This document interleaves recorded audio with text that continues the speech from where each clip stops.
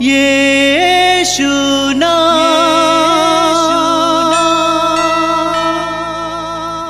यीशु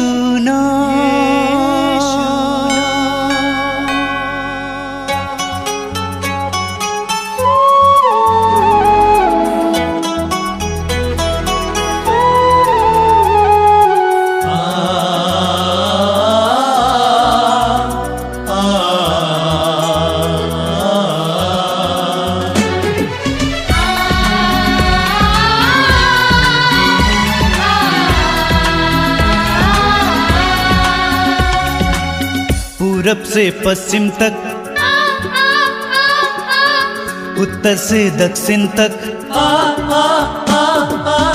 पूरब से पश्चिम तक, उत्तर से दक्षिण तक, गूंजे गूंजे यीशु नाम, यीशु नाम। पूरब से पश्चिम तक, उत्तर से दक्षिण तक, गूंजे गूंजे यीशु नाम, यीशु नाम।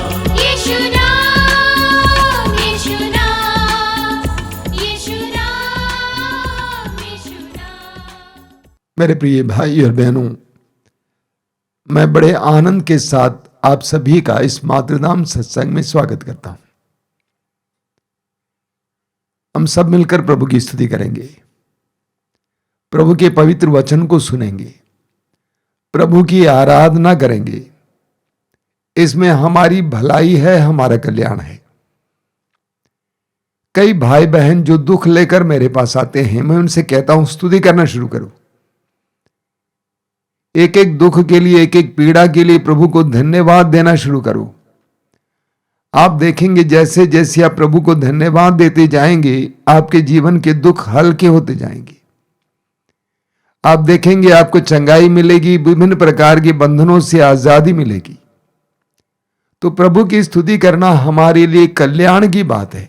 देखिए स्तोत्रकार क्या कहता है, स्तोत्र 147 में स्तोत्रकार कहता है कि अपने ईश्वर का भजन गाना कितना अच्छा है। अपने ईश्वर का भजन गाना कितना अच्छा है, उसकी स्तुति करना कितना सुखद है। वह दुखियों को दिलासा देता और उनके घावों पर पट्टी बांधता है। हमारा प्रभु महान है, सर्वशक्तिमान और सर्वज्ञ है। वह दीनों को संभालता है और विधर्मियों को नीचे गिराता है। धन्यवाद देते हुए प्रभु का गीत गाओ, सितार बजाते हुए प्रभु का भजन सुनाओ। तो आइए हम बड़े आनंद के साथ प्रभु की स्तुति करें। हमारे भाई और बहन स्तुति में हमारी अगुवाई करेंगे। मैं आप सभी से अनुरोध करूंगा, हृदय खोलकर, हृदय की गहराई से प्रभु की स्तुति करना। अपना मुंह खोलकर गीत गाते जाना, आंखें बंद रखकर गीत गाते जाना, स्तुति में लीन होते जाना। जैसे जैसे आप स्तुति करते जाएंगे, इस बात का ख्याल कीजिए प्रभु आपके जीवन में कार्य करने लगेंगे। तो आइए हम प्रभु की स्तुति में एक गीत गाएं। यीशु के महिमा के गीत गाएं हम, यीशु के महिमा के, वही हमारा है खुदावन, उनकी प्रशंसा करें। यीशु की महिमा के गीत गाएं हम, यीशु की महिमा के, वही हमारा है खुदावन, उसकी प्रशंसा करें। यीशु की महिमा के गीत गाएं हम, यीशु की महिमा के, वही हमारा है खुदावन, उनकी प्रशंसा करें। यीशु की महिमा के गीत गाएं हम, यीशु की महिमा के, वही हमारा है खुदावन, उनकी प्रशंसा करें। तो झूमो तो नाचो, यीशु में आनंद है, यीशु में आनंद है। तो झूमो तो नाचो, यीशु में आनंद है, यीशु में आनंद है। गाते हैं हम है बजाते, यीशु के लिए सदा। गाते हैं हम है बजाते, यीशु के लिए सदा। गाते हैं हम है बजाते यीशु के लिए सदा, गाते हैं हम है बजाते यीशु के लिए सदा। वही हमारा रखवाला है, हमें किसी का डर नहीं। वही हमारा रखवाला है, हमें किसी का डर नहीं। वही हमारा रखवाला है, हमें किसी का डर नहीं।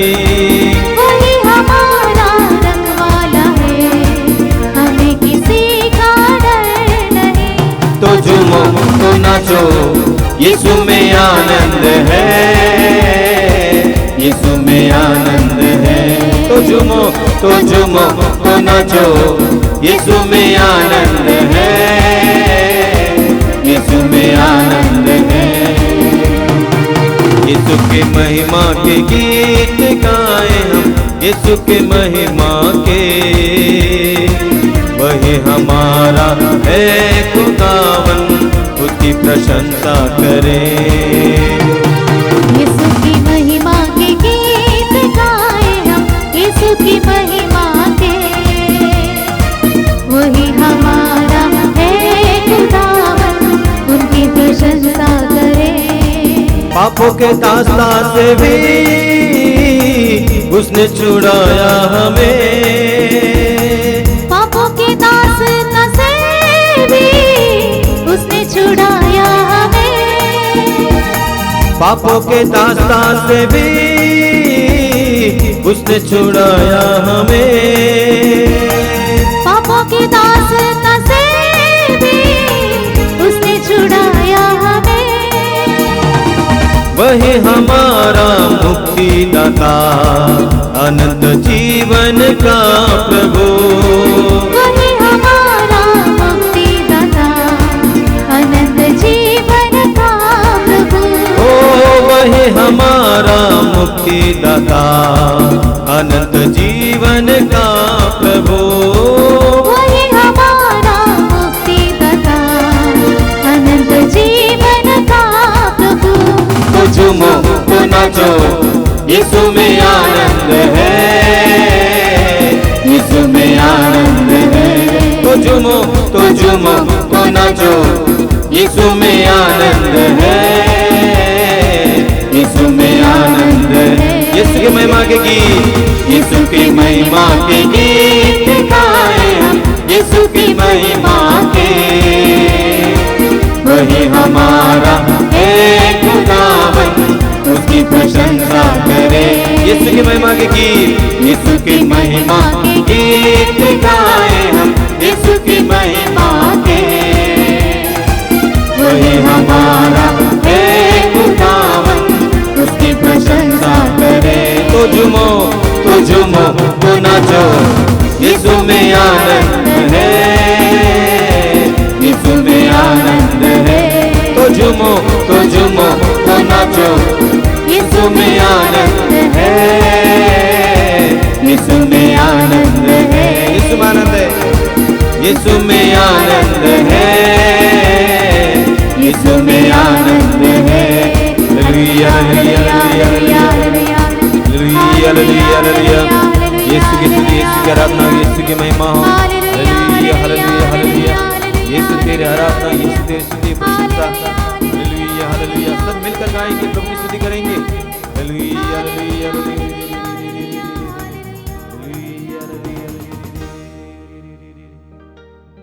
आइए हम प्रार्थना करें। अपनी आंखें बंद कीजिए, जीवित प्रभु की उपस्थिति में आइए। मैं आपसे अनुरोध करूंगा कि इस समय अपने आप को पूरी तरह से स्वतंत्र करें। ये विश्वास करें कि जहां पे आप बैठे हैं वहां पर प्रभु की उपस्थिति है। अपने हृदय और मन को प्रभु के लिए खोलें। प्रभु हमसे बहुत कुछ बोलना चाहते हैं। यूहन्ना के सुसमाचार के अध्याय 10 वाक्य 27 में प्रभु यीशु कहते हैं, मेरी भेड़ें मेरी आवाज पहचानती हैं,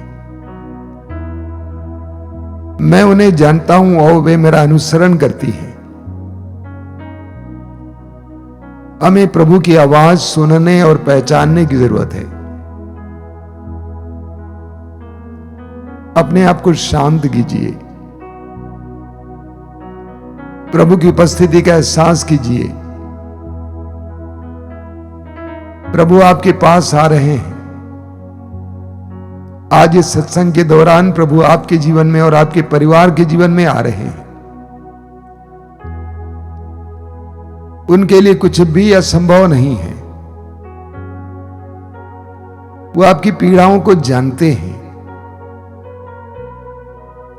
वो आपके दर्द को जानते हैं और वही उससे आपको स्वतंत्र कर सकते हैं। जरा विश्वास तो करके देखिए, उसके साथ जुड़ के देखिए। वो आपके जीवन में चमत्कार और चिन्ह प्रकट करेंगे। यूहन्ना के सुसमाचार के अध्याय 5:15 में प्रभु कहते हैं, उसके वाक्य 5 में, जो मेरे साथ जुड़ा रहता है वही बहुत फलता है। यीशु के साथ जुड़कर फल उत्पन्न करने के लिए अपने आप को तैयार कीजिए। हम इस समय पवित्र वचन को सुनने के लिए अपने आप को तैयार करें। पवित्र आत्मा से प्रार्थना कीजिए, आइए पवित्र आत्मा, मेरे हृदय और मन में आइए, मुझे स्वतंत्र कीजिए, मेरे हृदय में तेरे प्रकाश से भरिए, मेरी बुद्धि को प्रकाशित कीजिए। प्रभु की पवित्र वाणी को सुनने के लिए मुझे तैयार कीजिए। मेरे इंद्रियों को अपने अधिकार में रखिए। मेरे मन को इस समय एकाग्र कीजिए। प्रभु यीशु ने स्वयं कहा है, जो ईश्वर का है वो ईश्वर का संदेश सुनता है। मैं ईश्वर का संदेश सुनना चाहता हूं। आइए पवित्र आत्मा, मेरे जीवन में आइए, मेरे हृदय में आइए। हम सभी समय पवित्र आत्मा का स्वागत करेंगे। पवित्र आत्मा का स्वागत करते हुए समय उसका आह्वान करेंगे। एक गीत के द्वारा आइए हम पवित्र आत्मा का आह्वान करें। आंखें बंद रखिए और अपने हृदय और मन को खोलिए। आइए पवित्र आत्मा, हमारे हृदयों में आइए, हमारे मनों में आइए। आइए पवित्र आत्मा। पवित्र आत्मा प्रभु आजा, अपने भक्तों पर छा जा। पवित्र आत्मा प्रभु आजा, अपने भक्तों पर छा जा।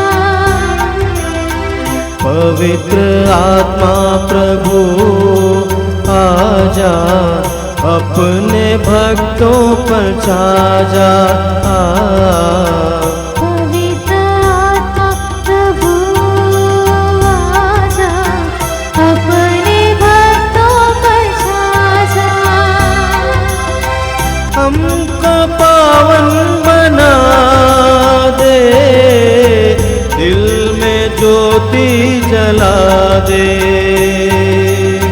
हमको पावन बना दे, दिल में ज्योति जगा दे।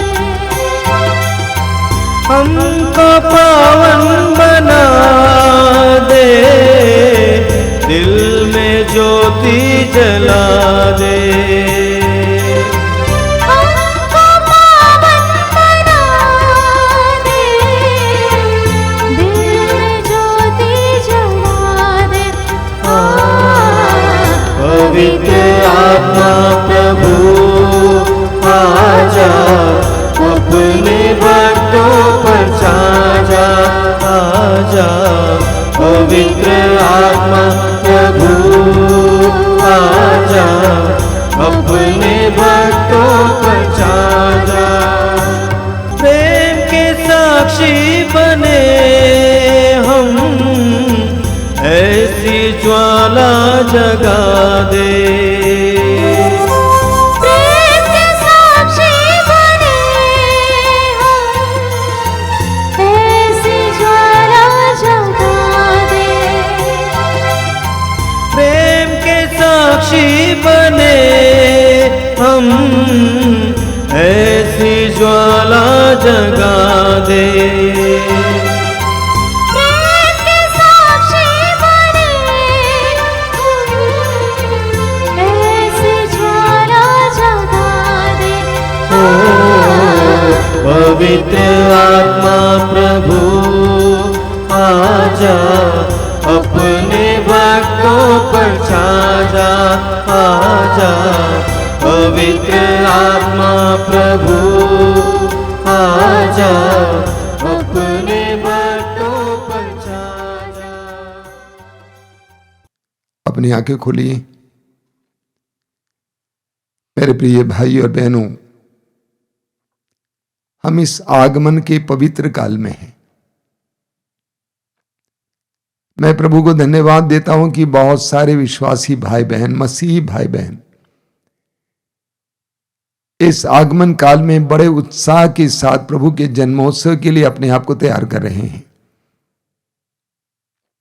तैयारी बहुत ही महत्वपूर्ण होती है। आपके परिवार में कोई भी समारोह होता है, कोई त्योहार होता है, विवाह होता है, तो तैयारियां होती हैं। एक एक दो दो महीने की तैयारी होती है। घर को साफ किया जाता है, सजाया जाता है, पेंट किया जाता है। इसी तरह हम इस वर्ष के प्रभु के जन्मोत्सव के लिए अपने आप को तैयार करें। मैं जानता हूं कि आपके हृदय में बहुत सारी पीड़ाएं हैं, दर्द हैं, रोग हैं, और इसीलिए लोग प्रभु के पास आते भी हैं। मैं आपसे अनुरोध करूंगा कि विश्वास को बढ़ाना, प्रार्थना बढ़ाना, जैसा कि अभी कुछ देर पहले मैंने कहा, स्तुति करना सीखना, अपने दुखों को, पीड़ाओं को स्तुति में परिवर्तित करना, यह प्रभु की कृपा पाने के लिए एक बहुत सशक्त सुंदर तरीका है। इन दिनों प्रभु के जन्मोत्सव के लिए अपने आप को तैयार कीजिए। छोटे छोटे अच्छे अच्छे कार्यों के द्वारा अपने आप को तैयार करना, प्रार्थना के लिए कुछ ज्यादा समय देना, पवित्र वचन सुनने के लिए कुछ ज्यादा समय देना। मेरे प्रिय भाई और बहनों, कुछ दिन पहले मुझे एक टेलीफोन मिला था एक भाई से, और वो भाई पूछ रहा था, स्वामी जी बताइए, क्या गरीबी और बीमारी ईश्वर की ओर से अभिशाप है क्या? मैंने पूछा ऐसा क्यों? तो उसने कहा कि एक बहुत बड़े सुसमाचार के उद्घोषक ने, प्रचारक ने यह कहा कि गरीबी और बीमारी ईश्वर की ओर से अभिशाप है, ईश्वर का अभिशाप है। मैंने सोचा इस जमाने में इस तरह की शिक्षाएं सुनना तो स्वाभाविक है। आज जिनके पास धन है, संपत्ति है, जिसका नाम है, सम्मान है, अधिकार है, उसको बड़ा माना जाता है और अन्य लोगों को तुच्छ माना जाता है। ऐसे में इस तरह की शिक्षाएं सुनना स्वाभाविक है। आज हम इस बात पर मनन चिंतन करेंगे, क्या वास्तव में गरीबी और बीमारी प्रभु यीशु की शिक्षाओं के अनुसार और सुसमाचार के अनुसार ईश्वर का अभिशाप है? क्या गरीबी ईश्वर का अभिशाप है? हमें मत्ती के सुसमाचार की अध्याय 5 में प्रभु यीशु के पर्वत प्रवचन सुनने को मिलता है, 5, 6, 7।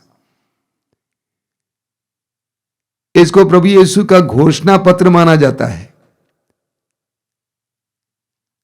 और उस पर्वत प्रवचन का प्रारंभ कैसे होता है? वाक्य 3 से होता है। वहां पर प्रभु यीशु कहते हैं, धन्य है वे जो अपने को दीनहीन समझते हैं, स्वर्ग का राज्य उनका है।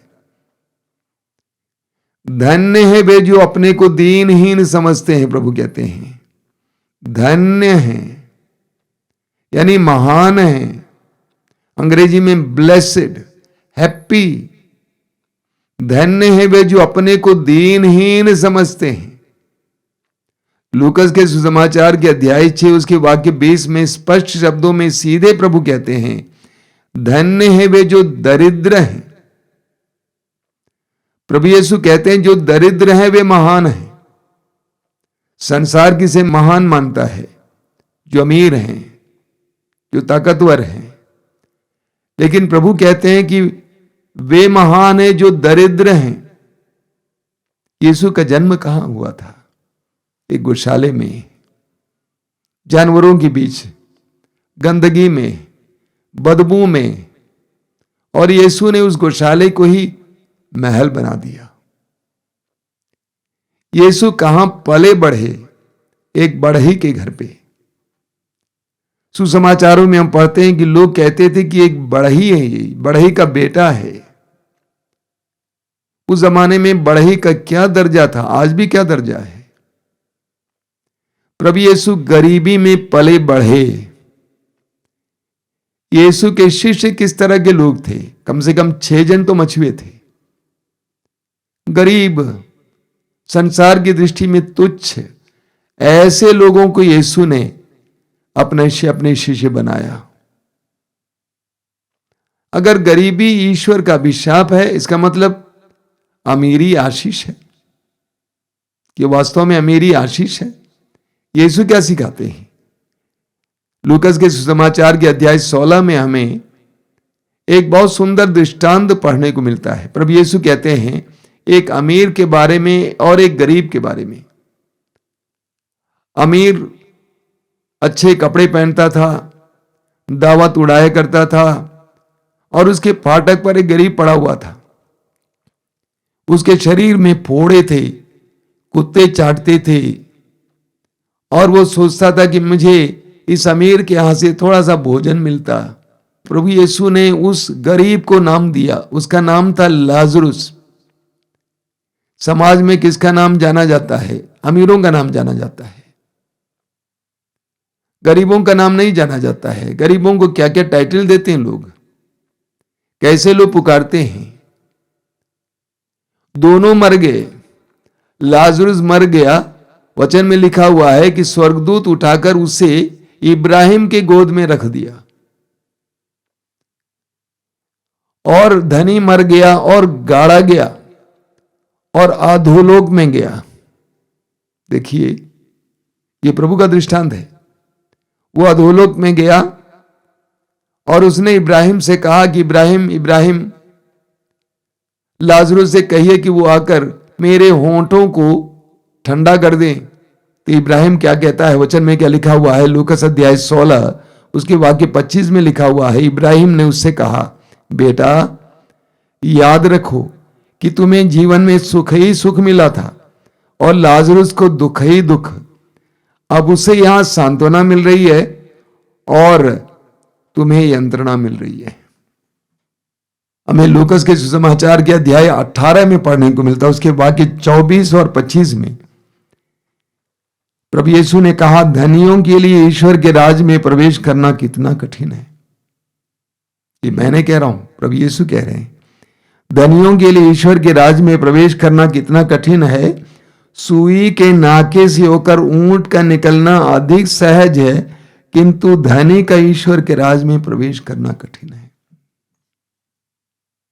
ये धनी कौन होता है? जो अपनी शक्ति पर भरोसा रखता है, जो सांसारिक रूप से संपन्न होता है। मार्कुस के सुसमाचार में एक बहुत सुंदर दृश्य में देखने को मिलता है। वचन में लिखा हुआ है, ईसा खजाने के सामने बैठकर लोगों को उसमें सिक्के डालते हुए देख रहे थे। बहुत से धनी बहुत दे रहे थे। एक कंगाल विधवा आई और उसने 2 अधेले अर्थात 1 पैसा डाल दिया। इस पर ईसा ने अपने शिष्यों को बुलाकर कहा, मैं तुमसे कहता हूं, खजाने में पैसा डालने वालों में से इस विधवा ने सबसे अधिक डाला है। प्रभु की नजर उस विधवा पर पड़ती है। प्रभु ने उस विधवा को देखा। लूकस के सुसमाचार के अध्याय 12 में प्रभु एक बहुत सुंदर दृष्टांत सुनाते हैं। वो दृष्टांत है उस मूर्ख धनी का दृष्टांत। अध्याय 12 वाक्य 16 से 21 तक। एक धनी इंसान था जिसके खेत में बहुत अनाज हुए, अच्छी फसल हुई। उसने सोचा मैं क्या करूंगा। उसने सोचा कि मैं अपने भंडार को बड़ा कर दूंगा और उसमें सारा अनाज इकट्ठा करूंगा और अपने से कहूंगा कि तुम्हारे लिए कई वर्षों के लिए अनाज इकट्ठा, ऐश करो, आराम करो, विश्राम करो। तो दृष्टांत में हम पढ़ते हैं कि प्रभु कहते हैं कि उसी रात को ईश्वर उसके पास आता है और कहता है, यदि तुम्हारा प्राण, तुम्हारी आत्मा तुमसे ले ली जाएगी तो ये संपत्ति किसकी होगी। वाक्य 21 में प्रभु कहते हैं, यही दशा उसकी होती है जो अपने लिए तो धन एकत्र करता है किंतु ईश्वर की दृष्टि में धनी नहीं है। यही दशा उसकी होती है जो अपने लिए तो धन एकत्र करता है किंतु ईश्वर की दृष्टि में धनी नहीं है। प्रभु की शिक्षाएं बिल्कुल स्पष्ट हैं। मत्ती के सुसमाचार के अध्याय 6 उसके वाक्य 19 और 20 में प्रभु कहते हैं, पृथ्वी पर अपने लिए पूंजी जमा नहीं करो, जहां मोर्चा लगता है, कीड़े खाते हैं और चोर सेंध लगाकर चुराते हैं। स्वर्ग में अपने लिए पूंजी जमा करो, जहां न तो मोर्चा लगता, न कीड़े खाते हैं और न चोर सेंध लगाकर चुराते हैं। प्रभु की शिक्षाएं बिल्कुल सीधी हैं। याकूब अपने पत्र में कहते हैं, याकूब का पत्र अध्याय 4 वाक्य 4 में कहते हैं, कपटी और बेईमान लोगों, क्या आप ये नहीं जानते कि संसार से मित्रता रखने का अर्थ है ईश्वर से बैर करना। संसार से मित्रता रखने का अर्थ है ईश्वर से बैर करना। जो संसार का मित्र होना चाहता है वो ईश्वर का शत्रु बन जाता है। एक सच्चाई है। हमारे अंदर जितना संसार प्रविष्ट कर जाता है उतना ईश्वर का महत्व हमारे जीवन में कम होता जाता है। संसार को प्राथमिकता मिल जाती है। हम संसार को ज्यादा प्यार करने लगते हैं, हम सांसारिक होने लगते हैं और धीरे धीरे हमारी आध्यात्मिकता मिट जाती है।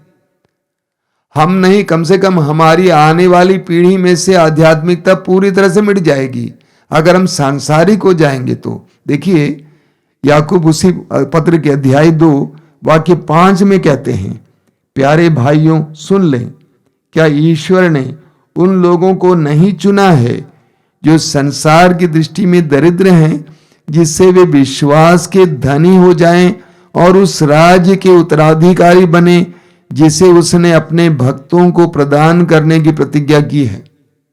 एक बहुत शक्तिशाली वचन है और एक बार सुनिएगा। याकूब कहते हैं, प्यारे भाइयों सुन लें, प्यारे भाइयों सुन लें, क्या ईश्वर ने उन लोगों को नहीं चुना है जो संसार की दृष्टि में दरिद्र हैं, जिससे वे विश्वास के धनी हो जाएं और उस राज्य के अधिकारी बने जिसे उसने अपने भक्तों को प्रदान करने की प्रतिज्ञा की है। तिमोथी के पहले पत्र के अध्याय 6 वाक्य 7 में संत पौलुस कहते हैं, हम इस संसार में क्या लेके आए और इस संसार से क्या लेके जाएंगे। तो पवित्र वचन गरीबों के बारे में, गरीबी के बारे में क्या बताता है, सुन लीजिए। क्या बीमारी एक अभिशाप है? क्या बीमारी एक अभिशाप है? स्तोत्र 107 वाक्य 17 में हम पढ़ते हैं, वचन कहता है, कुछ लोग अपने कुकर्मों के कारण बीमार पड़ गए थे, वे अपने पापों के कारण कष्ट झेल रहे थे। कुछ लोग अपने कुकर्मों के कारण बीमार पड़ गए थे, वे अपने पापों के कारण कष्ट झेल रहे थे। शब्दों का ख्याल कीजिए। वचन में लिखा है, कुछ लोग अपने कुकर्मों के कारण बीमार पड़ गए थे। ये सोचना कि जितने भी लोग बीमार पड़ गए वे सभी लोग कुकर्मों के कारण बीमार पड़ गए हैं, ये गलत है। कुछ लोग अपने कुकर्मों के कारण बीमार पड़ गए थे। सुसमाचार में हम पाते हैं, यूहन्ना के सुसमाचार के अध्याय 11 वाक्य 4 में, जब यीशु को लाजरुस के बीमारी के बारे में सुनने को मिला तो लाजरुस के बारे में यीशु ने अपने शिष्यों से क्या कहा, ये रोग, ये बीमारी ईश्वर की महिमा प्रकट होने के लिए है। कभी कभी हमें बीमारी मिलती है या हम बीमार पड़ जाते हैं ताकि उसके द्वारा ईश्वर की महिमा प्रकट हो जाए। उसी तरह यूहन्ना के सुसमाचार के अध्याय 9 में हम पढ़ते हैं, एक अंधा प्रभु के पास आता है, वो जन्म से अंधा था। शिष्यों ने पूछा कि प्रभु ये क्यों अंधा है? क्या इसके माँ बाप ने, पूर्वजों ने पाप किया है या इसने पाप किया है? प्रभु ने कहा किसी के पाप के कारण नहीं है, बल्कि इस अंधे के चंगे होने से ईश्वर का सामर्थ्य प्रकट हो जाए, ईश्वर का सामर्थ्य प्रकट हो जाए। मेरे प्रिय भाई और बहनों, कलीसिया के इतिहास में हजारों लाखों लोगों ने यीशु के लिए अपने जीवन को कष्ट में डाला है। प्रारंभिक कलीसिया का इतिहास पढ़िए, हजारों लाखों लोग मार डाले गए थे, सताए गए थे, उनको शारीरिक पीड़ाओं से गुजरना पड़ता था, विश्वास के लिए उनको मरना पड़ता था। ये ईश्वर का अभिशाप नहीं है। भारत में करिश्माई आंदोलन के सबसे बड़े या सुसमाचार के सबसे शक्तिशाली सेवक डॉक्टर डीजीएस दिनकरन माना जाता है। डॉक्टर डीजीएस दिनकरन बीमार थे, गंभीर रूप से बीमार थे, तब भी उनके अंदर ईश्वर का सामर्थ्य क्रियाशील था। उनकी नजरों में यीशु की करुणा दिखाई देती थी। उनके सामर्थ्यपूर्ण कार्यों के द्वारा कितने लाखों लोगों को मुक्ति मिली, चंगाई मिली है। वे बीमार थे। कलीसिया में हमें कई संतों के बारे में पढ़ने को मिलता है जिन्होंने अपनी जिंदगी दुख में बिताया, बीमारी में गुजारा। संत अल्फोंसा को उदाहरण लीजिए। संत अल्फोंसा जिन्होंने अपने जीवन का आधा हिस्सा बीमारी में बिताया, उस बीमारी के द्वारा वो महिमान्वित की गई। उनके द्वारा हजारों लाखों लोगों को कृपाएं मिली, आशीषें मिली, चंगाई मिली। हाँ, मैं ये विश्वास करता हूं कभी कभी गरीबी और बीमारी बंधन हो सकते हैं, और प्रभु यीशु ऐसे बंधनों से लोगों को स्वतंत्र भी करते हैं। लेकिन हर जगह और हर समय गरीबी और बीमारी बंधन नहीं होते हैं। वे हमारे लिए आशीष के माध्यम बन सकते हैं, दूसरों के लिए आशीष के माध्यम बन सकते हैं। इस बात को समझ लीजिए। दुख के साथ जब प्रार्थना होती है, उस प्रार्थना में बहुत बड़ी शक्ति होती है, बहुत बड़ा सामर्थ्य होता है। कई लोगों ने प्रभु यीशु पर विश्वास करने के कारण, प्रभु यीशु का अनुकरण और अनुसरण करने के कारण अपनी संपत्ति को गंवाया है। यीशु ही अपने जीवन की संपत्ति माना है। सुसमाचार में जक्केउस का उदाहरण लीजिए, लूकास अध्याय 19 में। यीशु के आने के बाद जक्केउस को कितनी संपत्ति को गंवाना पड़ा। उसने अपनी बुरी प्रवृत्ति को छोड़ दी। उसने कहा कि मैं आधी संपत्ति गरीबों में बांट दूंगा। ऐसे आज भी या सदियों से करीब करीब सभी धर्मों में लाखों करोड़ों लोग ऐसे हैं जो ईश्वर के लिए, ईश्वर की खोज में धन संपत्ति को त्याग देते हैं। संत पौलुस कहते हैं, फिलिपी अध्याय 3 वाक्य 7 से 9 जरा पढ़िएगा। पौलुस कहते हैं कि यीशु मसीह के क्रिस्त के ज्ञान की तुलना में मैं अन्य चीजों को कूड़ा समझता हूं, और मैंने कूड़ा समझकर फेंक दिया है। लूकास के सुसमाचार के अध्याय 9 वाक्य 25 में प्रभु यीशु कहते हैं, मनुष्य को क्या लाभ यदि वो सारा संसार जीत ले और अपना ही प्राण गंवा दे, अपनी ही आत्मा गंवा दे। तो गरीबी अभिशाप मानना गलत है, सरासर गलत है। कई लोग अपने आप को यीशु को पाने के लिए और यीशु को पाने के बाद गरीब बनाते हैं। प्रभु यीशु की शिक्षाओं को पढ़िएगा। लूकास के सुसमाचार के अध्याय 9 को पढ़िए, उसके वाक्य 23 और 24 में प्रभु कहते हैं, यदि कोई मेरा अनुसरण करना चाहता है तो वो आत्म त्याग करे और प्रतिदिन का क्रूस उठाकर मेरे पीछे हो ले। मत्ती के सुसमाचार अध्याय 5 उसके वाक्य 3 से 10 तक पढ़िएगा। प्रभु यीशु किन लोगों को महान समझते हैं। मत्ती के सुसमाचार के अध्याय 13 उसके 44 और 45 में पढ़ते हैं, ईश्वर के राज्य को पाने के बाद लोग किन किन चीजों को गंवा देते हैं। खजाना पाने के बाद अपनी संपत्ति को गंवा देते हैं। अच्छा मोती पाने के बाद अपने अन्य चीजों को छोड़ देते हैं। आधुनिक मनुष्य भौतिकतावादी है। आधुनिक मनुष्य भौतिकतावादी है और भौतिकता की आत्मा ही स्वार्थ है। भौतिकता की आत्मा स्वार्थ है। इसलिए हमेशा आधुनिक इंसान लाभप्रद बातें सुनना चाहता है। इंसान लाभप्रद बातें सुनना चाहता, फायदेमंद बातें सुनना चाहता है। वो लालची है और वो पाना चाहता है। बड़े मजे की बात है, आधुनिक इंसान पाना चाहता है, पाने के लिए, देने के लिए वो तत्पर रहता है। देगा जरूर, लेकिन वो पाने के लिए देता है। तिमोथी के नाम संत पौलुस के दूसरे पत्र के अध्याय 4 उसके वाक्य 3 में लिखा हुआ है। पौलुस कहते हैं, क्योंकि वह समय आ रहा है जब लोग हितकारी शिक्षा नहीं सुनेंगे बल्कि मनमाना आचरण करेंगे और अपने पास चाटुकार उपदेशों की भीड़ जमा करेंगे। पौलुस कहते हैं कि वो समय आ रहा है जब लोग प्रभु के सच्चे वचन और सच्ची शिक्षा, पूर्ण शिक्षा को ग्रहण नहीं करेंगे, मनमाना आचरण करेंगे और अपने पास ऐसे उपदेशों को इकट्ठा करेंगे जो लाभदायक बातें बताएंगे। बड़े दुर्भाग्य की बात है कि आज करीब करीब सभी धर्मों में मुझे देखने को मिलता है कि ऐसे धर्मगुरु उभर रहे हैं जो आधी अधूरी शिक्षा देते हैं लोगों को, जो लुभावनी बातें सुनाते हैं। ये आध्यात्मिकता के प्रति और धर्म ग्रंथ के प्रति अन्याय है। ऐसा नहीं करना चाहिए। देखिए, प्रभु यीशु संसार में हमें धन कमाने की कला सिखाने नहीं आए। लूकस के सुसमाचार के अध्याय 12 वाक्य 15 में स्वयं प्रभु कहते हैं, सावधान रहो, हर प्रकार के लोभ से बचे रहो, क्योंकि किसी के पास कितनी संपत्ति क्यों ना हो, उस संपत्ति से उसके प्राणों की रक्षा नहीं होती है। तो प्रभु यीशु हमें धन कमाने की कला सिखाने नहीं आए हैं। ये सच्चाई है कि प्रभु को पाने से, प्रभु पर विश्वास करने से प्रभु बहुत सारी आशीषें हमें देते हैं, हमें चंगाई देते हैं, जिस प्रकार 2000 वर्ष पहले प्रभु ने दिया था। ये सच्चाई है, लेकिन इसका उद्देश्य सांसारिक वैभव से हमें भरना नहीं है, हमें शारीरिक स्वास्थ्य मात्र देना नहीं है। इसका उद्देश्य अनंत जीवन है।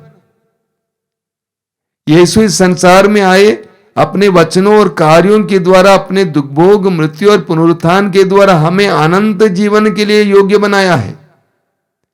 यूहन्ना के सुसमाचार के अध्याय 3 वाक्य 16 में हम पढ़ते हैं, ईश्वर ने संसार से इतना प्यार किया कि उसने उसके लिए अपने एकलौते पुत्र को अर्पित किया, जिससे जो भी उसमें विश्वास करे उसका सर्वनाश ना हो बल्कि उसे अनंत जीवन मिले।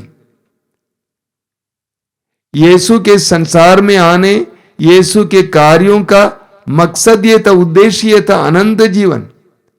आज भी यीशु की शिक्षाओं का उद्देश्य यह होना चाहिए, अनंत जीवन। हमें पढ़ने को मिलता है तिमोथी के नाम संत पौलुस के पत्र के अध्याय 3 उसके वाक्य 16-17 में पौलुस कहते हैं, पूरा धर्म ग्रंथ ईश्वर की प्रेरणा से लिखा गया है। पूरा धर्म ग्रंथ ईश्वर की प्रेरणा से लिखा गया है। वो शिक्षा देने के लिए, भ्रांत धारणाओं का खंडन करने के लिए, जीवन के सुधार के लिए और सदाचरण का प्रशिक्षण देने के लिए उपयोगी है, जिससे ईश्वर भक्त सुयोग्य और हर प्रकार के सत्कार्य के लिए उपयुक्त बन जाए। पूरा धर्म ग्रंथ ईश्वर की देन है, हमारे लिए पवित्र आत्मा का प्रकाश है। हम उसमें से कुछ शब्द ना उठाएं, बल्कि पूरे धर्म ग्रंथ को अपनाएं। संपूर्ण शिक्षा को सुनिए और पढ़िए, आधी अधूरी शिक्षा को मत सुनिए और पढ़िए। संपूर्ण शिक्षा को सुनिए। वचन आपके पास है, पवित्र धर्म ग्रंथ आपके पास है, उसको पढ़ना शुरू कीजिए। संपूर्ण शिक्षा को सुनिए, यीशु को संपूर्ण रूप से अपनाइए। आइए हम प्रार्थना करें। प्रभु यीशु, धन्यवाद देते हैं इस समय के लिए, तेरे पवित्र वचनों के लिए, जिसके द्वारा तू हमारी भ्रांत धारणाओं को दूर कर रहा है, हमारी गलत धारणाओं को दूर कर रहा है। तू इस संसार में आया ताकि हमें अनंत जीवन मिले, हमें अनंत जीवन के योग्य बनाए। संसार की दृष्टि में जो बंधन है, बुराई के जो बंधन है, उन बंधनों से हमें आजाद करके आनंद उमंग के साथ हम अनंत जीवन में प्रवेश करने के लिए अपने आप को तैयार करें। धन्यवाद देते हैं प्रभु इस समय उन सारे कार्यों के लिए जो तूने हमारे जीवन में किया है। तूने हमें आर्थिक रूप से ऊपर उठाया है, तूने हमें आध्यात्मिक रूप से ऊपर उठाया है। धन्यवाद देते हैं, प्रार्थना करते हैं कि हमें अनंत जीवन की चाह में जीने के लिए कृपा देना। ये प्रभु यीशु में विश्वास करता हूं इस समय इन वचनों को सुनने वाले मेरे भाई बहनों को तू आशीर्वाद दे रहा है। आशीष देना यीशु, आशीष देना। तेरी शिक्षाओं का मर्म जानने के लिए कृपा देना, तेरी शिक्षाओं का उद्देश्य जानने के लिए कृपा देना। प्रभु यीशु इन वचनों को सुनने वाले एक एक भाई बहन को आशीर्वाद देना यीशु। विभिन्न प्रकार के भ्रम से उन्हें बाहर लाना, तेरे वचन की शक्ति और सामर्थ्य के द्वारा उन्हें विभिन्न प्रकार के रोगों से मुक्त करना। मैं विश्वास करता हूं कि तू ये कर रहा है। तेरी स्तुति हो, तेरी आराधना हो, तेरी महिमा हो। यीशु आजा, यीशु आजा, यीशु आजा, यीशु आजा, यीशु आजा, यीशु आजा, यीशु आजा, यीशु आजा। जीवन दाता जीवन देने आजा, मुक्ति दाता मुक्ति देने आजा, जीवन दाता जीवन देने आजा, मुक्ति दाता मुक्ति देने आजा, जीवन दाता जीवन देने आजा, मुक्ति दाता मुक्ति देने आजा, जीवन दाता जीवन देने आजा, मुक्ति दाता मुक्ति देने आजा। यीशु आजा, यीशु आजा, यीशु आजा, यीशु आजा। शांति दाता शांति देने आजा, शक्ति दाता शक्ति देने आजा, शांति दाता शांति देने आजा, मुक्ति दाता मुक्ति देने आजा, शांति दाता शांति देने आजा, शक्ति दाता शक्ति देने आजा, शांति दाता शांति देने आजा, मुक्ति दाता मुक्ति देने आजा। यीशु आजा, यीशु आजा, यीशु आजा, यीशु आजा। चंगे दाता चंगे देने आजा, स्वास्थ्य दाता स्वास्थ्य देने आजा, चंगा दाता चंगा देने आजा, स्वास्थ्य दाता स्वास्थ्य देने आजा, चंगे दाता चंगाई करने आजा, स्वास्थ्य दाता स्वास्थ्य देने आजा, चंगा दाता चंगा करने आजा, स्वास्थ्य दाता स्वास्थ्य देने आजा। यीशु आजा, यीशु आजा, यीशु आजा,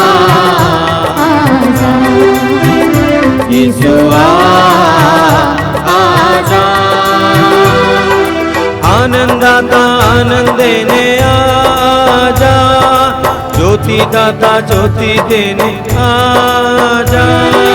आनंद दाता आनंद देने आजा, ज्योति दाता ज्योति देने आजा।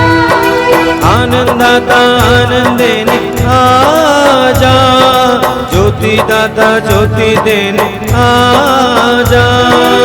आनंद दाता आनंद देने आजा, ज्योति दाता ज्योति देने आजा।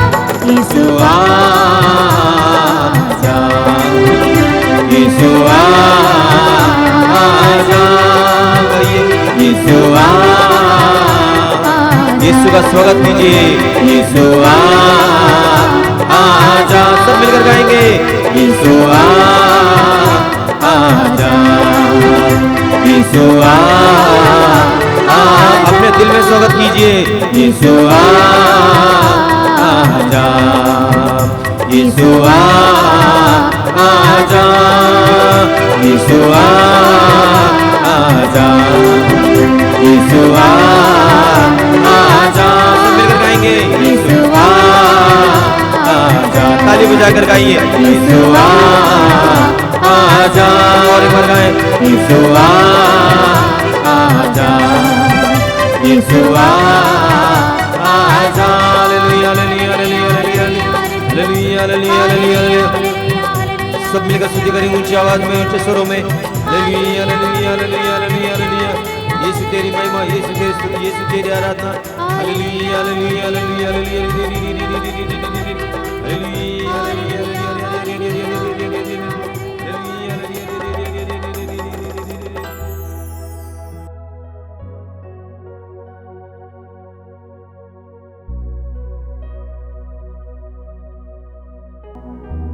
प्रभु की उपस्थिति में आइए। मैं आप सभी से अनुरोध करूंगा इस समय अपने सारे कामकाज को दूर रखें, सारी व्यस्तताओं को दूर रखें। ये आशीष का समय है, प्रभु के हस्तक्षेप का समय है। प्रभु ने अपना वचन सुनाने के लिए आपको अपने पास बुलाया। आप प्रभु के द्वारा बुलाए गए हैं। प्रभु अपने सानिध्य में आपको बुलाया है। प्रभु को धन्यवाद दीजिए। इस सुंदर मौके के लिए धन्यवाद दीजिए और अपने हृदय और मन को एकाग्र कीजिए। आंखें बंद कीजिए। जीवित प्रभु की उपस्थिति में आइए। वो आपको प्यार करते हैं। वो आपके जीवन की एक एक बात को जानते हैं। प्रभु यीशु ने स्वयं कहा है, तुम्हारा पिता जानता है कि तुम्हारी आवश्यकताएं क्या हैं। उस जीवित प्रभु पर विश्वास कीजिए, भरोसा रखिए। इस आराधना के दौरान वो आपको स्पर्श करेंगे, ऐसा विश्वास कीजिए। प्रभु यीशु धन्यवाद देता हूं इन पलों के लिए, मेरे इन भाई बहनों के लिए जो इस समय तेरी आराधना में बैठे हुए हैं। कई लोगों के हृदय में बहुत पीड़ाएं हैं यीशु, अलग अलग प्रकार की पीड़ाओं से परेशान है यीशु। उन पर दया करना।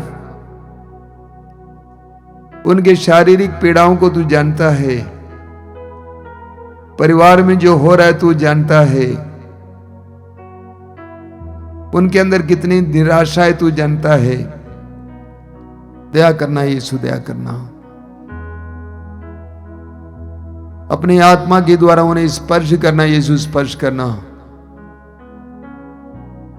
जिस तरह पेतरुस ने कहा, हम भी इस समय कहना चाहते हैं,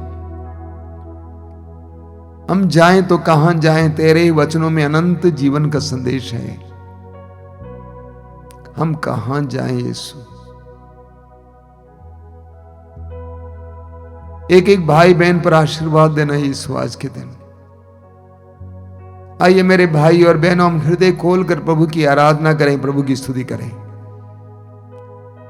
मैं आप सभी से अनुरोध करूंगा कि अपने दिल में जो पीड़ाएं हैं प्रभु को समर्पित करना और हृदय खोलकर, मुंह खोलकर प्रभु की स्तुति करते जाना। बोलिए hallelujah, hallelujah, hallelujah, hallelujah, hallelujah. Hallelujah. हे प्रेमी पिता, हे प्रेमी पिता, आज के सुंदर दिन के लिए, आज के सुंदर दिन के लिए, इस पवित्र समय के लिए इस पवित्र समय के लिए हम तुझे धन्यवाद देते हैं। हम तुझे धन्यवाद देते हैं। Hallelujah, hallelujah, hallelujah, hallelujah, hallelujah. Hallelujah. हे पवित्र आत्मा, हे पवित्र आत्मा, हम तेरी आराधना करते हैं, हम तेरी आराधना हम विश्वास करते हैं विश्वास करते तू हमारे बीच में इस समय तू हमारे बीच में इस समय विराजमान है। विराजमान है। Hallelujah, hallelujah, hallelujah. हालेलुया। प्रभु के मंदिर में प्रभु के मंदिर में उसकी स्तुति करो, उसकी स्तुति करो। प्रभु के मंदिर में प्रभु के मंदिर में उसकी स्तुति करो, उसकी स्तुति करो। उसके महिमा में आकाश में उसके महिमा में आकाश में उसकी स्तुति करो, उसकी स्तुति करो। उसके महान कार्यों के कारण उसके महान कार्यों के कारण उसकी स्तुति करो।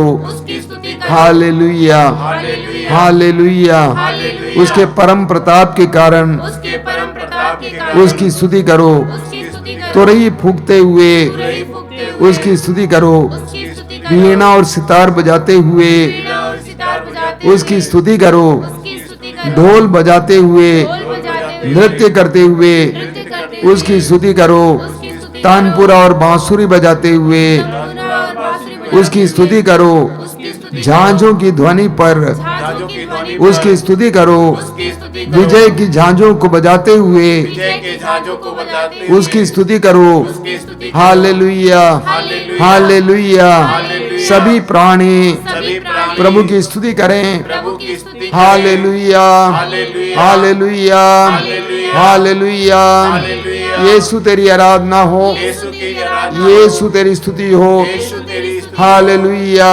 Hallelujah, hallelujah, hallelujah, hallelujah. Hallelujah. ऊंची आवाज में एक साथ प्रभु की स्तुति करते जाइए। Hallelujah, hallelujah, hallelujah, hallelujah, hallelujah, hallelujah, hallelujah, hallelujah, hallelujah, hallelujah, hallelujah, hallelujah. आराधना, आराधना, आराधना, आराधना, आराधना, आराधना, आराधना, आराधना, आराधना, आराधना, आराधना, आराधना, आराधना, आराधना। महिमा आराधना, महिमा आराधना, महिमा आराधना, आराधना, आराधना, आराधना, आराधना, आराधना, आराधना, आराधना, आराधना, आराधना। पिता परमेश्वर मैं करता हूँ तेरी आराधना, तेरी स्तुति। पिता परमेश्वर मैं करती हूँ तेरी आराधना, तेरी स्तुति। पिता परमेश्वर मैं करता हूँ तेरी आराधना, तेरी स्तुति। पिता परमेश्वर मैं करती हूँ तेरी आराधना, तेरी स्तुति। तू मेरा जीवन सर्वस्व भी दे, तेरी आराधना, तेरी स्तुति। तू मेरा जीवन सर्वस्व भी ले, तेरी आराधना, तेरी स्तुति। तू मेरा जीवन सर्वस्व भी ले, तेरी आराधना, तेरी स्तुति। तू मेरा जीवन सर्वस्व भी ले, तेरी आराधना, तेरी स्तुति। यीशु मेरे नाम मैं करता हूँ तेरी आराधना, तेरी स्तुति। यीशु मेरे नाम मैं करती हूँ तेरी आराधना, तेरी स्तुति। तू मेरा जीवन सर्वस्व भी ले, तेरी आराधना, तेरी स्तुति। तू मेरा जीवन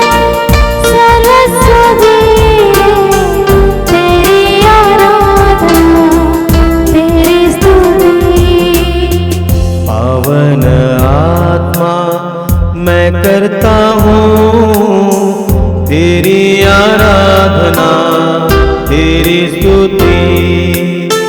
पावन आत्मा मैं करती हूँ तेरी आराधना तेरी स्तुति।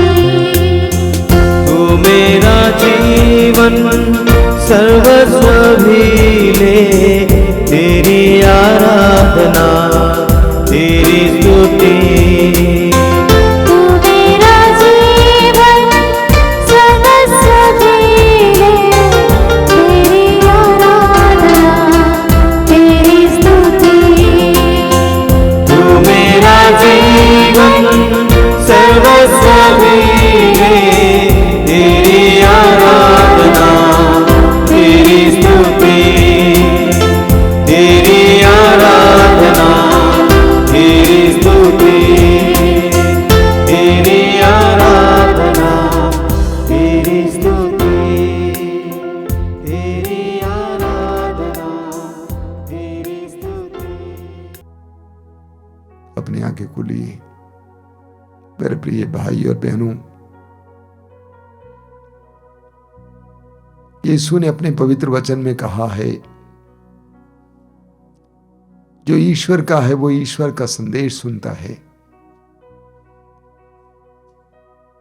जो ईश्वर का है वो ईश्वर का संदेश सुनता है। प्रभु ने अपने पवित्र वचन में कहा है, यूहन्ना अध्याय 10 वाक्य 27 में, मेरी भेड़ें मेरी आवाज पहचानती हैं, मैं उन्हें जानता हूं और वे मेरा अनुसरण करती हैं। यीशु के शिष्य वे होते हैं जो यीशु का अनुसरण करते हैं, यीशु के पीछे पीछे चलते हैं, और उसके लिए आवश्यक है कि हम यीशु की वाणी सुने। पवित्र वचन को सुनना महत्वपूर्ण है। मैंने कई ऐसे विश्वासियों को देखा है जो विश्वास करते हैं, भक्ति भी करते हैं, लेकिन पवित्र वचन को सुनते नहीं हैं। जब तक आप पवित्र वचन को नहीं सुनेंगे आपकी भक्ति शुद्ध नहीं होगी। पवित्र वचन के द्वारा आपकी बुद्धि खुल जाएगी, आपका ज्ञान बढ़ेगा। जितना प्रभु के बारे में ज्ञान बढ़ेगा उतना अपने बारे में भी ज्ञान बढ़ेगा, जीवन के रहस्यों के बारे में ज्ञान बढ़ेगा। इसलिए पवित्र वचन को सुनना और पढ़ना अनिवार्य है। कई लोगों से मैं कहता हूं जो आश्रम में भी आते हैं कभी कभी प्रार्थना के लिए, मैं उनसे कहता हूं कि भक्ति करना काफी नहीं है, आपको ज्ञान में बढ़ना भी जरूरी है, सच्ची शिक्षाओं को सुनना जरूरी है। प्रभु के पवित्र वचनों को सुनते और पढ़ते हुए हमें प्रभु का ज्ञान प्राप्त होता है, और जितना प्रभु का ज्ञान हमारे अंदर आएगा उतना ज्यादा हम देखेंगे हम शुद्ध होते जाएंगे। प्रभु यीशु ने स्वयं कहा है यूहन्ना अध्याय 15 वाक्य 3 में, जो शिक्षा मैंने तुम्हें दी है उसके द्वारा तुम शुद्ध किए गए हो। जो शिक्षा मैंने तुम्हें दी है उसके द्वारा तुम शुद्ध किए गए हो। जितना हम प्रभु की वाणी को सुनते जाएंगे उतना हम शुद्ध होते जाएंगे। यूहन्ना के सुसमाचार के अध्याय 4 में समारी स्त्री के बारे में पढ़ते हैं। समारी स्त्री जैसे जैसे यीशु की वाणी को सुनती जा रही थी, यीशु को सुनती जा रही थी, वैसे वैसे उसके अंदर परिवर्तन होता गया। इसलिए जब हम पवित्र वचनों को पढ़ते हैं और सुनते हैं, वो वचन हमारे अंदर कार्य करने लगता है। यिर्मयाह नबी के ग्रंथ के अध्याय 23 वाक्य 29 में प्रभु कहते हैं, क्या मेरी वाणी आग की तरह नहीं है? क्या वो हथौड़े की तरह नहीं है जो चट्टान को चूर चूर कर देती है? प्रभु की वाणी हमारे अंदर आग का काम करती है, हमारे हृदय और मन को शुद्ध करती है, हमारे विचारों को, हमारे व्यवहारों को शुद्ध करती है। इसलिए हर विश्वासी को चाहिए कि वो पवित्र वचन सुने या पढ़ें। अगर आपको पढ़ना नहीं आता है, पढ़ने में आपको आनंद नहीं आता है, तो सुनिए। आजकल मीडिया के द्वारा ढेर सारा वचन आपके पास पहुंचाया जाता है। वचन सुनिए, आप देखेंगे आपके जीवन में कैसे कार्य करेगा। मैं आपके सामने कई उदाहरण रख सकता हूं, जैसे वचन के द्वारा लोगों की जिंदगियां बदल गईं। संत अगस्तिन का उदाहरण लीजिए, संत फ्रांसिस जेवियर का उदाहरण लीजिए। एक वचन ने उनके जीवन को बदल डाला। आज भी हजारों लाखों लोगों की जिंदगियां वचन के द्वारा बदले जाते हैं। इसीलिए पवित्र वचन को सुनना अनिवार्य है। जब भी मौका मिले यूट्यूब में पवित्र वचन सुनिए, बाइबल खोलिए, पवित्र वचन को सुनिए। प्रभु आपसे बोलेंगे, ना केवल प्रभु आपसे बोलेंगे, उस वचन के द्वारा प्रभु आपके जीवन में कार्य करेंगे। प्रभु ने यशायाह नबी के ग्रंथ में कहा है कि मेरे मुख से निकलने वाले शब्द सच्चा और अपरिवर्तनीय है। मेरे मुख से शब्द निकलकर, यशायाह अध्याय 55 वाक्य 10 और 11 में प्रभु कहते हैं, बिना अपना उद्देश्य पूरा किए मेरे पास नहीं लौटता है। तो प्रभु का वचन हमें शुद्ध करता है, पवित्र करता है, चंगा करता है। आइए हम प्रार्थना करें इस समय कि प्रभु हमें वचन के प्रति रुचि बढ़ावे हमारे अंदर। प्रभु के पवित्र वचनों को सुनने के लिए हमारे अंदर रुचि बढ़े। सुसमाचारों में हम पढ़ते हैं कि प्रभु यीशु का वचन सुनने के लिए हजारों की संख्या में लोग इकट्ठे होते थे और वे शुद्ध बुद्ध खोकर उनके वचनों को सुनते थे, एक भी वचन को नहीं छोड़ते थे। हम भी प्रभु के पवित्र वचनों को सुनने का ख्याल करेंगे। उन वचनों के द्वारा हमारे जीवन में परिवर्तन आएगा। यशायाह अध्याय 66 वाक्य 2 में प्रभु कहते हैं, मेरी कृपा दृष्टि उन पर पड़ती है जो विनम्र हैं, पश्चातापी हैं और श्रद्धा से मेरी वाणी सुनते हैं। जब आप श्रद्धा से प्रभु की वाणी सुनते हैं, प्रभु की कृपा दृष्टि आप पर पड़ती है। प्रार्थना कीजिए इस समय कि प्रभु हमें तेरे वचन में रुचि देना, तेरे वचन को सुनने के लिए और पढ़ने के लिए रुचि देना, ये विश्वास करने के लिए कृपा देना उसके अंदर सामर्थ्य है। वो दुधारी तलवार से भी तेज है, हमारे जीवन में कार्य कर सकता है, हमें चंगा कर सकता है, हमारे बंधनों से हमें आजाद कर सकता है। आइए हम और एक बार एक साथ प्रभु की स्तुति करते हुए इस वरदान के लिए प्रभु से कृपा मांगेंगे। Hallelujah, hallelujah, hallelujah, hallelujah, hallelujah, hallelujah, hallelujah, hallelujah, hallelujah. आशीष दीजिए यीशु, वचन सुनने और पढ़ने के लिए कृपा दीजिए। Hallelujah, hallelujah, hallelujah, hallelujah, hallelujah, hallelujah. हम इस समय अपने बीच में जितने रोगी हैं उनके लिए प्रार्थना करेंगे, जो बंधनों में हैं, विभिन्न प्रकार के बंधन में हैं, नशे के बंधन में, अश्लीलता के बंधन में, गंदे रिश्ते के बंधन में, उन सारे बंधनों से आजादी के लिए प्रार्थना करेंगे। अलग अलग प्रकार के रोगों से मुक्ति के लिए प्रार्थना करेंगे। जो कई दिनों से बीमार पड़े हुए हैं, डॉक्टरों ने छोड़ दिया है, दवा काम करना बंद की, ऐसे रोगियों के लिए प्रार्थना करेंगे। हमारे बीच में कई ऐसे गंभीर रोगी हैं, उन सारे रोगियों को इस समय हम प्रभु के सामने लाएंगे। प्रभु यीशु मैं विश्वास करता हूं, तूने स्वयं कहा है, थके मांदे और बोझ से दबे लोगों तुम सबके सब मेरे पास आओ, मैं तुम्हें विश्राम दूंगा। मैं विश्वास करता हूं कि इस समय तूने स्पर्श कर रहा है, एक एक भाई बहन को छूना यीशु, उनके बंधनों को खोलना यीशु, उनके हृदय और मन को परिवर्तित करना यीशु, उनके हृदय में जो चोट का मनोभाव है उसको निकाल देना यीशु, उसके हृदयों में जो घाव है उसको मिटा देना यीशु। जो चंगाई के लिए इस समय बैठे हुए हैं, लेटे हुए, उन पर दया करना यीशु, उनके सारे पापों को क्षमा करना यीशु, सारे पापों को क्षमा करके उनको चंगाई प्रदान करना यीशु। आइए मेरे भाई और बहनों, हम लोग इस समय सैकड़ों की संख्या में हैं, इस समय हृदय खोल कर एक साथ रोगियों की चंगाई के लिए प्रार्थना करेंगे। आप में से जो रोगी हैं, जो वचन सुन रहे हैं, जो इस आराधना में भाग ले रहे हैं, आपके परिवार में जो रोगी हैं, उनके चंगाई के लिए प्रार्थना करते हुए स्वतंत्र होकर समय प्रार्थना कीजिए, स्तुति कीजिए। Hallelujah, hallelujah, hallelujah, hallelujah, hallelujah, hallelujah, hallelujah, hallelujah, hallelujah, hallelujah, hallelujah, hallelujah. चंगाई, चंगाई, चंगाई, चंगाई, चंगाई, चंगाई, चंगाई, चंगाई, चंगाई, चंगाई, चंगाई, चंगाई, चंगाई, चंगाई, चंगाई, आजादी, आजादी, आजादी, आजादी, आजादी, आजादी। Hallelujah, hallelujah, hallelujah, hallelujah, hallelujah, hallelujah. प्रभु यीशु इस समय आप में से कई लोगों को त्वचा संबंधी यानी चमड़े के रोग से चंगाई दे रहे हैं। आपके शरीर में दाग है, सफेद दाग है, खुजली है, ऐसे रोगों से प्रभु यीशु कई लोगों को चंगाई दे रहे हैं। ग्रहण कीजिए इस समय, विश्वास कीजिए और ग्रहण कीजिए।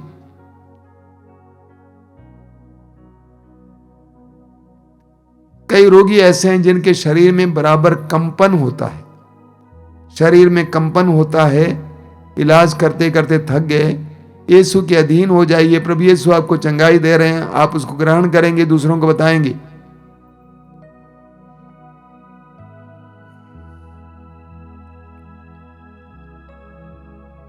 अपनी आंखें खुली और रविवार की तरह आज भी मैं आपको कुछ सूचनाएं सुनाना चाहता हूं। पहली सूचना यह है कि आप में से जो दूर रहते हैं और मातृधाम आश्रम आकर रहना चाहते हैं कुछ दिन प्रार्थना के लिए, आपका हार्दिक स्वागत है। प्रभु का जन्मोत्सव यहां पे मनाना चाहते हैं, आपका हार्दिक स्वागत है। जो दूर दूर रहते हैं, आपका हार्दिक स्वागत है। रहने की व्यवस्था भी होगी। मातृधाम आश्रम से एक पत्रिका प्रकाशित होती है हर महीने। प्रभु ने कहा अगर आप चाहते हैं तो जरूर संपर्क करें। मातृधाम से प्रसारित रेडियो, मातृधाम रेडियो सुचारू रूप से चल रहा है। आप उससे लाभ उठाएंगे। पवित्र संगीत, गीत संगीत, पवित्र वचन, प्रार्थनाएं इत्यादि उसमें आपको मिलेगा। जरूर मातृधाम रेडियो का आस्वादन करेंगे। मातृधाम से यूट्यूब के द्वारा प्रसारित होने वाले कार्यक्रमों के बारे में आपको जानकारी है। फिर एक बार याद दिलाना चाहता हूं, रोज की रोटी सुबह 5 बजे, दोपहर को 3 बजे करुणामाला लाइव, शाम को 7 बजे कृपाधारा लाइव, रात को 8:30 बजे आशीर्वाद, और हर मंगलवार को शाम को 5 बजे युवाओं के लिए विशेष कार्यक्रम, शुक्रवार को शाम को 6 बजे पवित्र रक्ताभिषेक प्रार्थना, और रविवार को सुबह 5 बजे मिस्सा बलिदान, और 12 बजे ये मातृधाम सत्संग। ये सारे कार्यक्रम आपके लिए हैं। इसमें पवित्र आत्मा का विशेष अभिषेक है। जरूर इसके द्वारा प्रभु की कृपाएं प्राप्त करें। आइए हम लोग प्रभु की आशीष पाएंगे। जो लोग तेल और पानी लाए हैं अपने हाथ में उठा के पकड़ेंगे। आशीर्वाद के समय प्रार्थना कीजिए, प्रभु इसे शुद्ध कीजिए, पवित्र कीजिए, इसमें अपने सामर्थ्य उंडेल दीजिए। आइए हम प्रभु की आशीष पाएं।